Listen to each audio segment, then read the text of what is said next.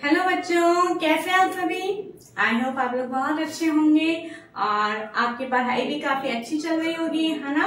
और जो राजस्थान बोर्ड के जो बच्चे हैं, मैं उनसे कहना चाहती हूँ कि आपका ये तो बोर्ड क्लास है, एक बोर्ड होता है, तो आपको अपनी पढ़ाई बहुत ही अच्छे तरीके से करनी चाहिए। ओके, तो जो हमने प्रीवियस वीडियो मैंने सेंड किया था, हमारा कौन सा टॉपिक था, कोई बताएगा।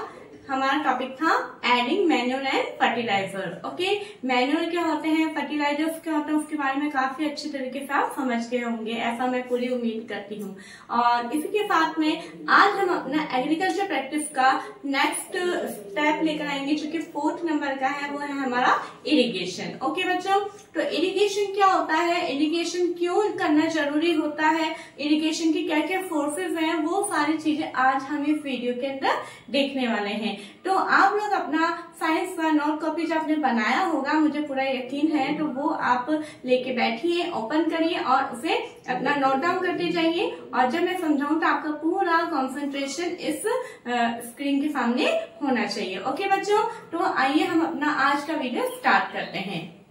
देखिए, हमारा आज का हेडिंग क्या है, हमारा इरिगेशन। क्या है, इरिगेशन। ओके, तो irrigation it is 4th step of agriculture practice. देखिए, आपने देखा होगा कि मैं हर स्टेप के ऊपर ऐसा ये लिखवाती हूँ ताकि आपको ये पता हो कि कौन से स्टेप जो है, मतलब कौन सा पॉइंट कौन से स्टेप पे कौन से नंबर पे आएगा। ठीक है, तो इरिगेशन जो है 4th स्टेप पे आता है। आप याद कर सकते हैं यहाँ पे 2 मिनट रुकिए कि फर्स्ट स्टेप हमारा क्या था, बताइए। हमारा फर्स्ट स्टेप था प्रिपरेशन ऑफ सॉइल, सेकंड हमारा क्या था, सोइंग, थर्ड हमारा था adding manual and fertilizers, and 4th है हमारा इरिगेशन। ओके, तो water is essential for agriculture because जो इरिगेशन क्या होता है वो आपको पता है कि इरिगेशन जो है मतलब सिंचाई करना। हमने मिट्टी तैयार कर ली, हमने उसके अंदर बीज भी बो दिया, हमने उसके अंदर खाद भी हमने डाल दी, अब हमें क्या देना है, उसके अंदर हमें पानी देना है। तो पानी देना यानी सिंचाई करना, सिंचाई करने को ही हम क्या बोलते हैं, इरिगेशन बोलते हैं। ओके, लेकिन यहाँ पे मैंने कुछ पॉइंट्स को इस तरीके से लिखा है, वो आपको पहले जरूरी है कि वाटर, अब सिंचाई किससे की जाती है, वाटर से की जाती है, तो आपको पता ही है। तो वाटर क्यों जरूरी है एग्रीकल्चर के लिए, प्लांट्स के लिए वाटर क्यों जरूरी है, क्योंकि first of all plants contain 90% of water, क्योंकि प्लांट के अंदर 90% क्या पाया जाता है, वाटर, यानी इट मीन्स प्लांट का मोस्टली पार्ट जो है वाटर का बना होता है, इसलिए उसको वाटर देना बहुत ही जरूरी है सबसे पहले। तो second thing is along with water, minerals and fertilizers are also absorbed by the plant roots। यानी जैसा कि अपन ने पहले वाले टॉपिक में देखा था, एडिंग मैन्यूअल एंड फर्टिलाइजर्स में अपन ने देखा था कि हमने क्या देखा था कि जब मिट्टी के अंदर हम खाद वगैरह डालते हैं, फर्टिलाइजर्स डालते हैं, nitrogen, potassium, phosphorus, ammonium, phosphate वगैरह ये सब हमने डाले थे, तो पानी के अंदर डिसॉल्व करके डालते हैं। ठीक है, तो जब पानी दिया जाता है मिट्टी के अंदर, अपन दवाइयां डाल देते हैं, और जब पानी दिया जाता है तो वो दवाइयां पानी के अंदर डिसॉल्व हो जाती हैं, और फिर रूट्स जो है उस पानी को जब वो एब्जॉर्ब करती है, तो पानी के साथ में वो सारे मिनरल्स और फर्टिलाइजर्स उसके अंदर आ जाते हैं। ओके, अगर पानी नहीं दिया जाएगा तो वो जितने भी फर्टिलाइजर्स हैं, जितनी भी हम दवाइयां उसके अंदर छिड़कते हैं, डालते हैं, वो किसके अंदर डिसॉल्व होगी, वो नहीं हो पाएगी। ओके, तो इतनी वाटर हमारे लिए बहुत ही, प्लांट्स के लिए बहुत ही इंपॉर्टेंट है। फिर है हमारा It is essential because germination of seeds does not take place under dry condition। और ये इसलिए भी जरूरी है क्योंकि बीजों का जो जर्मिनेशन होता है, जो अंकुरण होता है, वो ड्राई कंडीशन में नहीं हो पाता। एकदम हम सोचे बिल्कुल सूखी जमीन के अंदर हम बीज बो दें और वो अंकुरित हो, तो it is not possible. Okay, तो उसे क्या होना चाहिए, उसे एकदम गीली मिट्टी ही होनी चाहिए, ड्राई कंडीशन नहीं होना चाहिए। गीली मिट्टी कब होगी, तब हम उसे टाइम टू टाइम उसे पानी देते रहेंगे। ओके बच्चों, फिर उसके बाद में आप देखो, water also protect the crop from both Frost and hot air current. और जो वाटर है वो क्रॉप्स को हॉट एयर करंट से भी प्रोटेक्ट करता है। वाटर के बहुत सारे यहाँ पे वो है, यहाँ पे क्वेश्चन ये भी बन के आ सकता है कि प्लांट्स के लिए वाटर क्यों जरूरी है, क्यों इरिगेशन करना है, किसी भी तरीके से क्वेश्चन घूम फिर के आए तो हमें ये पॉइंट्स लिख देने हैं। ओके, नेक्स्ट हमारा it is necessary to maintain the moisture of the soil for healthy crop growth. जैसा कि हमने देखा था कि सीड का जिनका जर्मिनेशन ड्राई कंडीशन में नहीं हो पाता है, वही यहाँ पे बताना चाह रहा है कि हमें, अगर हम चाहते हैं कि हमारा क्रॉप जो हेल्दी हो, है ना, मतलब एक होता है एक अच्छी फसल होना, एक होता है इतनी पावरफुल नहीं होना। तो हम चाहते हैं कि हेल्दी क्रॉप हो, जो फ्रूट, वेजिटेबल्स, ग्रेन्स की जब खेती कर रहे हैं वो अच्छा हेल्दी फ्रूट हमें मिले, अच्छी हेल्दी वेजिटेबल्स हमें मिले। तो उसके लिए क्या होना जरूरी है, हमारा जरूरी है सॉइल का मॉइस्चर, यानी जैसे मैंने बताया गीली मिट्टी होना, मॉइस्चर होना जरूरी है। तो यहाँ पे सबसे पहले हम ये तो बोलते थे कि हमें पानी देना पेड़ों को, है ना, हमें इरिगेट करना है, लेकिन हमें क्यों करना है, ये सारे पॉइंट्स जरूरी है। वाटर प्लांट्स के लिए बहुत ही जरूरी है, इसलिए इरिगेशन किया जाता है। ठीक है, अब हम देखेंगे बच्चों इरिगेशन क्या होता है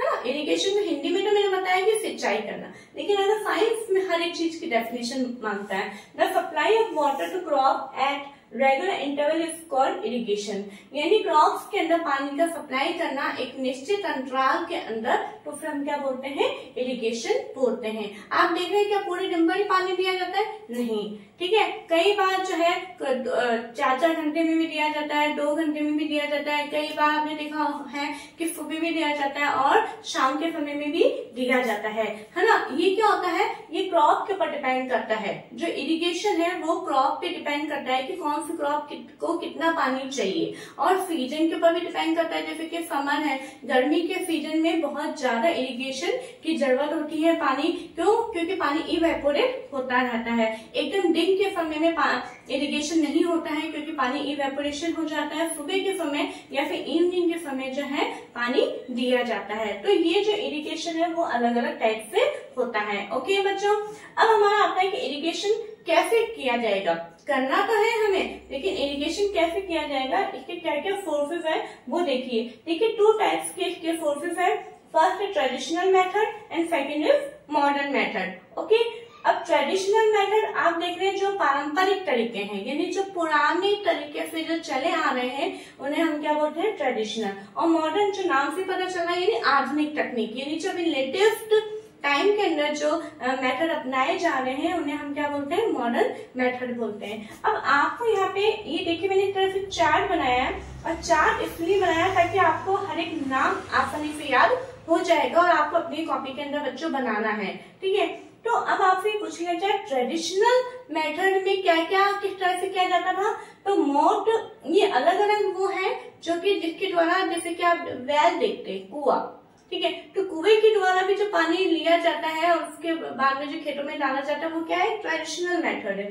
तो मोट है, चेन पंप है, ढेगली है, राहत है, ये जो 4 मेथड है वो ट्रेडिशनल मेथड के अंदर आते हैं, पुरानी पद्धति के अंदर आते हैं। आज भी हम देखते हैं कि कई जगह इन्हीं ट्रेडिशनल मेथड्स को यूज में लिया जाता है। ठीक है बच्चों, नेक्स्ट हमारा आता है मॉडर्न मेथड। मॉडर्न मेथड जो है वो 2 टाइप्स से होता है, sprinkler system and drip system. क्या है, sprinkler system and drip system. देखिए बच्चों क्या होता है, स्प्रिंकलर सिस्टम, जैसे कि मैंने स्प्रिंकलर यानी फव्वारा जो टाइप का होता है वो इस तरह से, जैसे कि ये खेत है, इधर देखेंगे आप सभी, जैसे कि खेत है और यहाँ पे कुछ ऐसे पाइपलाइन लगी हुई होती है, ठीक है, पाइपलाइन लगी हुई होती है, बीच बीच में इस तरह से ये नोजल टाइप में होता है और उससे एक कीप नुमा निकला हुआ होता है और ये रोटेट होता है, इस तरह से रोटेट होता है। रोटेट से पूरा जो फाउंटेन का इसका जो पानी है वो कुछ किलोमीटर दूर तक ये